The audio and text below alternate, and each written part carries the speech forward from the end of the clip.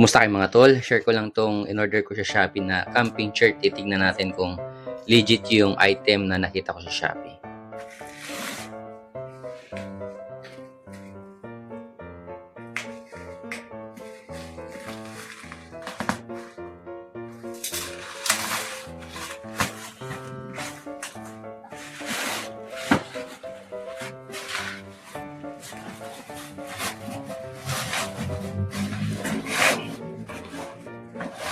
Dalawa yung in-order ko mga tol sa Shopee.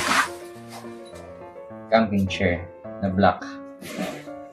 So, sabi nila, ito daw ay kasya sa top box. Check natin mamaya sa top box natin.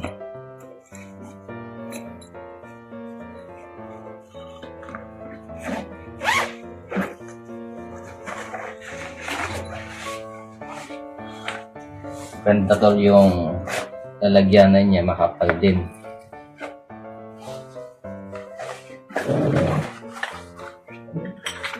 Makapal din yung bakal. At may tali siya na di ano siya, parang pandikit ba. Ayan, kasama siya ang tali. Naka-attach na dito sa bakal. Okay.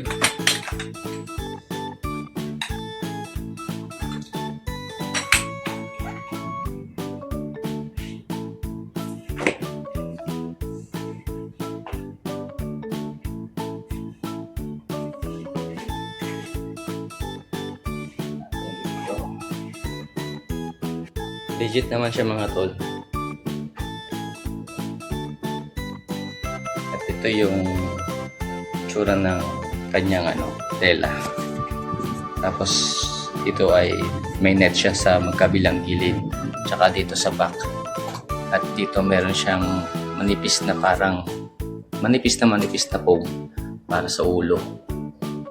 So ayan mga tol. Pagdating dito sa baba, matibay naman. Sa tingin ko, tatagal naman siya. Basta wag lang talagang masyadong mabigat siguro. Baka maputol din yung dito niya kasi plastic lang ito. Pag tumagal, baka mabitak din. Pero matibay naman sa tingin ko mga tol. At yung bakal niya, makapal din. Yung kanyang paa, meron siyang ganyan. Support para pag sa lupa ay hindi siya masyadong babaon. Tingnan natin mga tol yung kanyang pagkatahi. Ayan. Yan yung kanyang pagkatahi mga tol. Ayan. Yan yung kanyang pagkatahi. Titimbang natin siya mga tol kung gaano siya kabigat itong ganitong camping chair. Nagtitimbang siya ng 2 kilo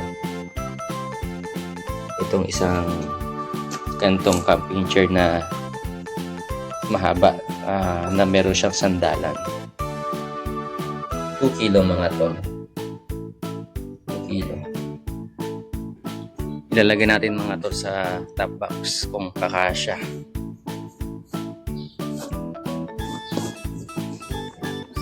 Kasya mga tol.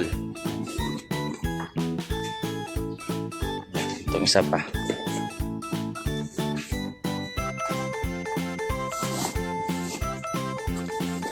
Yan. Kasya mga tol. Yan siya. Tapos may mailalagay ka pang pwedeng mailagay dito na pwedeng damit or something kung may ilalagay ka dyan. Kasya naman mga tol itong 2 dito sa top box natin.